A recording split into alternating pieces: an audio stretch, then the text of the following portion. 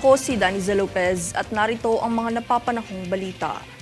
Itinaas na sa Alert Level 2 at tuluyan ng sumabog ang Bulkang Kanlaon matapos magbuga ng 5,000 metrong taas ng volcanic plume nitong Lunes ng gabi. Tumagal ng 6 na minuto ang pagsabog na sinundan ng malakas na pagyanig. Kaugnay nito, agarang ipinag-utos ng lokal na pamahalaan ng Kanlaon ang paglikas ng mga residente na naninirahan malapit sa nag-aalburutong bulkan.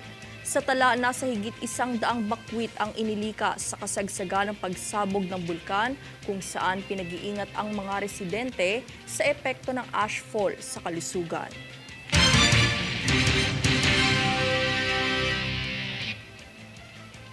Kaugnay ng pag-alburuto ng Bulkang Kanlaon kahapon 3 ng Hunyo ay inabisuhan ni Philippine Coast Guard o PCG Commandant Coast Guard Admiral Ronnie Gilgavan ang mga response unit ng PCG sa isla ng Negros. Ito'y upang matulungan ang lokal na pamahalaan at iba pang kinauukulang ahensya na matiyak ang kaligtasan ng publiko kung saan ang mga quick response team mula sa iba pang Coast Guard district sa Visayas at Mindanao ay inatasan din agad rumesponde sa sakuna. Ayon kay PCG spokesperson Coast Guard Rear Admiral Armando Balilo, inihanda na rin ang mga deployable response group at rescue asset para sa agarang pagpapadala ng tulong kung kinakailangan.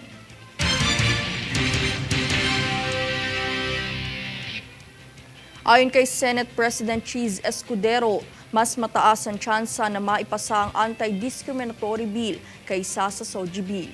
Ito'y matapos muling isulong ng United Nations Population Fund ngayong pagdiriwang ng Pride Month ngayong Hunyo. Paliwanag ni Escudero, may mga nakabinbin umanong mga pag-amyenda sa SOGI bill kaya hindi tuluyang maipasa. Panawagan naman ni Senador Risa Ontiveros na naway tumindig ang bagong liderato ng Senado sa LGBTQIA+ community ngayong Pride Month.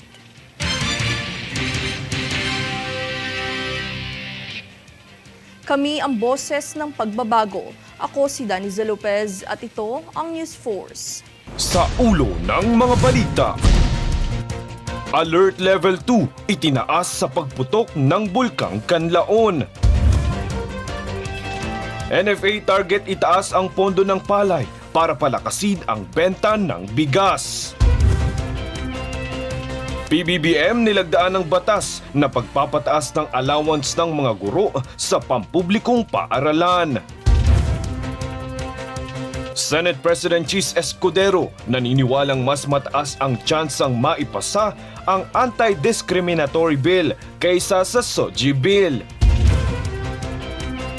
Diskwalifikasyon, election offense, isasampa laban sa mga kandidatong gagamit ng AI at deepfakes sa halalan. Philippine Athletics Team nag-uwi ng medalya sa Taiwan Open 2024. Patas at pantay na balita, komprehensibong ulat para sa pulso ng masa. Ito ang News Force.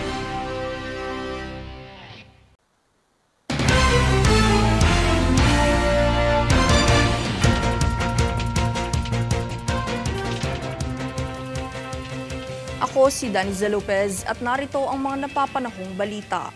Nagbabala ang Department of Health o DOH kamakailan sa publiko laban sa kumakalat na mga peke Facebook page na nagpapanggap bilang loan centers ng Malasakit Program Office.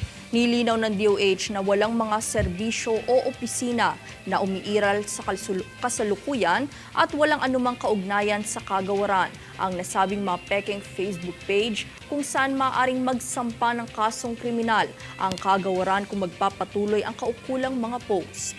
Patuloy namang hinihikayat ng DOH ang publiko na kumuha lamang ng impormasyon mula sa mga mapagkakatiwalaang plataporma at mga opisyal na social media account nito na nakatalas sa inyong TV screen.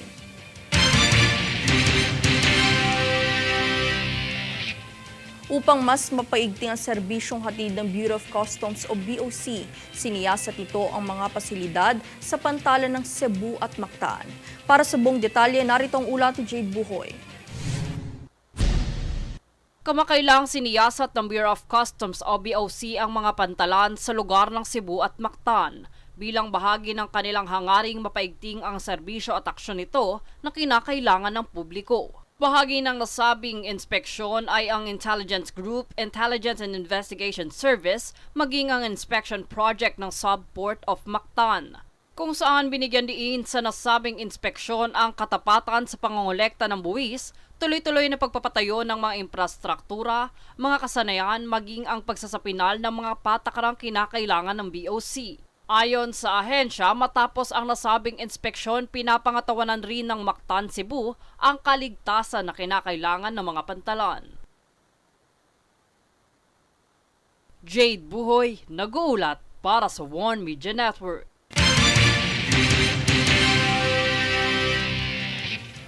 Pinag-iingat naman ng Social Security System o SSS ang mga miyembro nito ukol sa mga transaksyong gumagamit ng kanilang account ng hindi otorisado. Ayon sa SSS, ang hindi otorisadong paggamit ng account ay nagaganap tuwing ang miyembro ay makakatanggap ng mensahe sa kanilang telepono na nanghihingi ng personal na impormasyon gaya ng SSS number, user ID, password, disbursement account, numero at maging ang one-time PIN nito. Paalala ng SSS, panatilihing confidential ang mga impormasyong ito at palagi ang suriin ng SSS account sa opisyal na website nito upang masiguro na walang anomalya sa inyong account.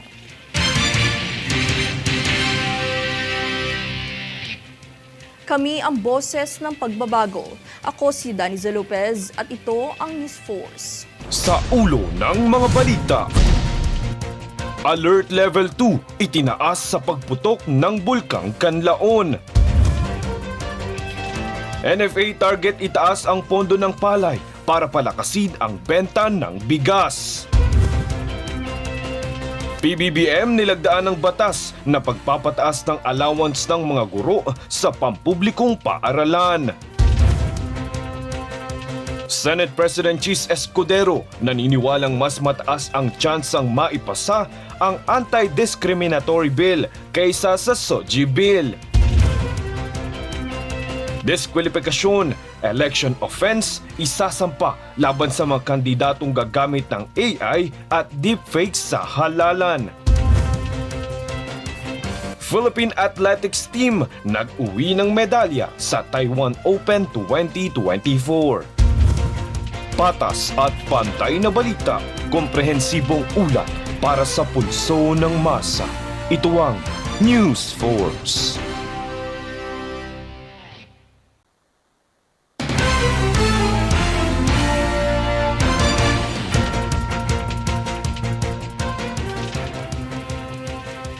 Ako si Daniza Lopez at narito ang mga napapanahong balita. Sa pagtapos ng petsa ng palugit para sa Jeepney Consolidation ay malugod na ibinahagi ni Department of Transportation o DOTR Secretary Jaime Bautista na sapat ang mga pampublikong sasakyan para sa publiko. Sa ilalim ng PUV Modernization Program o PUVMP ay nasa 80 na ang porsyento ng mga kasaping operator at tsuper. Kasalukuyan namang isinasaayos ng DOTR at Land Transportation Franchising and Regulatory Board o LTFRB ang mga ruta na dapat bawasan dahil sa pagdami ng mga bumibiyahe dito.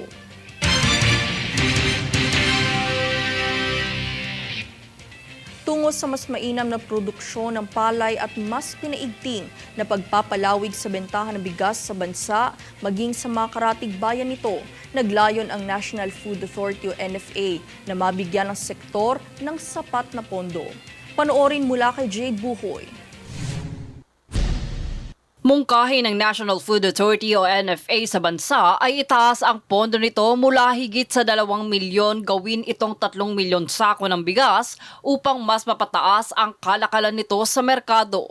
Ayon sa ahensya, ang presyong kanilang target ipataw ay nasa 23 piso hanggang 30 piso para sa clean and dry, habang 19 na piso hanggang 23 piso sa presko at 17 piso hanggang 23 naman para sa wet rice na kamakailang may presyong 16 hanggang 19. Ayon naman kay Department of Agriculture o DA Secretary Francisco Chu Laurel Jr., ang bahagyang pagtaas ng presyo ay kinakailangan upang hindi maimbak ang bigas, lalo na ngayong papalapit na ang panahon ng tag-ulan. Bahagi din ito ang pagpapatupad ng sinasabing fast lane upang mabilisang mabigyan ng serbisyo ang mga magsasaka na makapagbenta ng hindi lalampas sa 50 sako ng palay.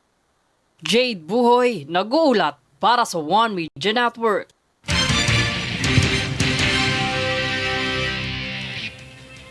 Sa balitang sports ay bumulsa ng kabuuang 6 na medalya ang National Athletics Team ng Pilipinas na lumahok sa kamakailang 2024 Taiwan Athletics Open. Pinangunahan ni Michael Del Prado ang listahan ng mga atletang nag-uwi ng medalya matapos makamit ang pilak sa men's 400 meters category. Samantala, nakadalawang tansong medalya naman si Sonny Wagdos matapos ang kanyang kampanya sa men's 1,500 meters at men's 5,000 meter run. At kapwa-tigisang tansong medalya naman ang naiuwi ni Joy Dagagnao ng women's 3,000 meters steeplechase Hussein Loranya para sa men's 800 meters at Janry Ubas sa men's long jump event.